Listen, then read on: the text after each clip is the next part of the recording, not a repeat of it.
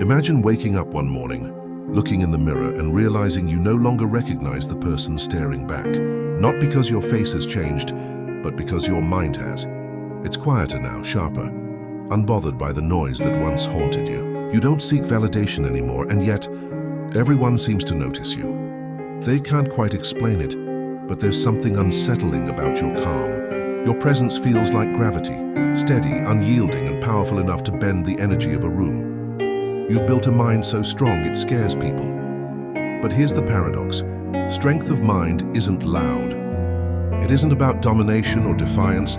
It's not the roar of a lion, it's the silence of an abyss. And that silence unsettles those who are still trapped in the chaos of their own thoughts. They can't understand how someone can be so composed when everything else burns. Think about it. Society glorifies intellect, confidence, and success, but fears true mental sovereignty. A person who cannot be manipulated, emotionally provoked, or mentally swayed becomes a threat. When you stop reacting the way they expect you to, people don't celebrate your evolution. They question it. They resent it, because your calm reveals their chaos. Now ask yourself, why do we live in a world that teaches you how to build wealth, status, and social image, but not how to build an unshakable mind? Why does emotional mastery feel like rebellion? Why does your inner peace make others uncomfortable? Perhaps because deep down, most people aren't searching for truth, they're searching for comfort. And a strong mind is the death of comfort. Consider this, the human mind is a mirror. It reflects what it's been fed: fears, opinions, ideals, noise. From childhood, you were taught how to think, not how to see. You were told what is good, what is bad, what is possible, what is not. Every belief you hold about success, failure, love, and meaning was constructed by voices that weren't yours. You learned to build mental walls, not mental strength. But what happens when those walls begin to crack? When the narratives of others no longer fit the shape of your own consciousness, something terrifying occurs. You start thinking for yourself. At first, it feels like freedom. Then it feels like exile, because the moment your thoughts stop echoing the collective noise, you realize how few people can truly walk beside you. The higher you rise in awareness, the lonelier the air becomes. And yet, this is the price of strength. A strong mind is not built through constant reassurance or agreement. It's forged in solitude, in doubt, in the spaces where your own mind becomes your greatest adversary. It's not found in books or motivational slogans. It's found in the quiet rebellion against your own weakness. So here's the great question, the one that divides those who merely exist from those who see. Are you ready to become so mentally unshakable that even your silence becomes power? Because this path isn't about becoming invincible. It's about becoming undefinable. It's about building a mind that cannot be owned by fear, by people, or by circumstance. But here's the unsettling truth. Strength of mind begins where comfort ends. To build a mind that truly scares people, you must first confront the one person who has been manipulating you your entire life. Yourself, your fears, your self-doubt, your addiction to approval. They are not enemies imposed by the world. They are habits of thought, conditioned through repetition, reinforced by a society that thrives on your uncertainty. You have been programmed to seek validation, to conform, to doubt your intuition. Every advertisement, every comparison, every social rule has been whispering the same subtle command. Do not trust your mind. And so, you learn to outsource your sense of truth. But imagine, truly imagine what would happen if you reversed that conditioning. If you began trusting your perception more than the world's persuasion. If you started valuing solitude more than social proof. If you stopped asking, what should I do? And started asking, what do I know? What if you became your own source of truth? That kind of mind doesn't just think differently. It feels differently. It no longer panics when people disagree. It no longer collapses when outcomes shift. It no longer bows to fear, because it understands fear's true purpose, to reveal where your strength is hiding. The world doesn't fear power, it fears awareness. Because awareness cannot be controlled, and that is what a strong mind truly is, the rarest form of awareness embodied. So here we are, standing at the threshold of transformation. Ahead of you lies a choice, not between success and failure, but between illusion and truth. Between a mind that reacts and a mind that rules. Do you dare to walk that path? Because once you begin, there's no turning back. The illusions that once comforted you will shatter. The beliefs that once defined you will fade. You will lose the old version of yourself, the one that needed approval, applause, and certainty. But what you gain is everything the world secretly envies, an unbreakable mind. What if the very thing keeping you weak was the invisible hand of your own conditioning? Not the conditioning you notice, the slogans, the rules, the moral lessons, but the subtle, almost cellular programming buried beneath your awareness. The kind that shapes your thoughts before you even think them. The kind that convinces you that your anxiety is just the way you are. Carl Jung once said, "Until you make the unconscious conscious, it will direct your life and you will call it fate." That is the hidden problem. You've mistaken your programming for your personality. You see, the human mind is not born weak, it's born wild. A child isn't afraid to scream, to question, to demand meaning. But society, in its quest for order, begins taming that wildness early. It praises compliance, punishes resistance, and calls it education. It teaches conformity and calls it socialization. And by the time you are grown, the cage is invisible, but you still obey. You learn to distrust your own intuition because someone in authority said you were too emotional. You learn to abandon your dreams because someone told you they weren't realistic. You learn to silence your voice because the world rewards politeness more than truth. And slowly, the mind begins to fragment.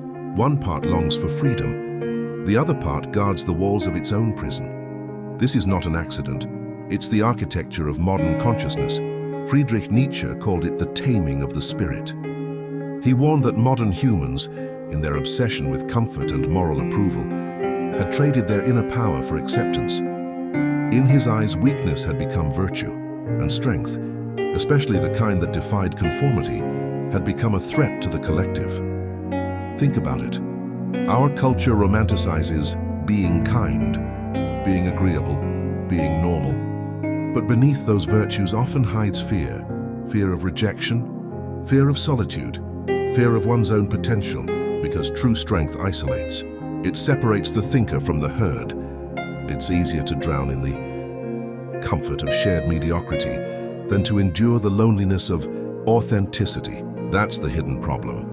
Your desire to belong and your desire to be free are in constant war, and the battlefield is your mind. Arthur Schopenhauer wrote that the greatest human suffering comes from the will, the endless, restless striving to become something. You chase achievements, relationships, approval, peace of mind. But each time you reach one, the satisfaction fades. The cycle begins again. Why? Because the mind, trapped in this loop, believes fulfillment comes from outside itself. It doesn't. It never did. You've been trained to build your mental stability on unstable foundations, status, validation, control. And the moment one of those foundations cracks, your sense of self trembles. That trembling is what most people call stress, but in truth, it's spiritual dependency. Aldous Huxley once observed that man is an intelligence in servitude to his organs. The modern mind, he meant, has become a slave to its own desires. It can no longer distinguish between what it wants and what it is told to want. Every scroll, every advertisement, every opinion you consume, each one is a subtle hypnosis. And over time, it rewires your neural architecture. Neuroscience calls it neuroplasticity. You become what you repeatedly pay attention to. If your attention is constantly stolen by noise, comparison, fear, outrage, your mind adapts to that chaos. You begin craving it. You can't sit in silence without reaching for distraction. You confuse stimulation for meaning. You equate constant movement with progress. And in that restless storm, your inner voice, the one that once knew how to discern truth, fades. Jean-Paul Sartre described this as bad faith, the self's attempt to escape its own freedom. To live in bad faith is to live as if your choices are predetermined, to pretend that you are powerless, because with freedom comes responsibility, and responsibility is terrifying. So instead of facing that terror, most people cling to identities like armor. They say, "I'm just an anxious person. I'm just not confident. That's just who I am." But that's not who you are. That's who you've become through repeated surrender to fear. Viktor Frankl, who endured the unimaginable in Nazi concentration camps, discovered something profound.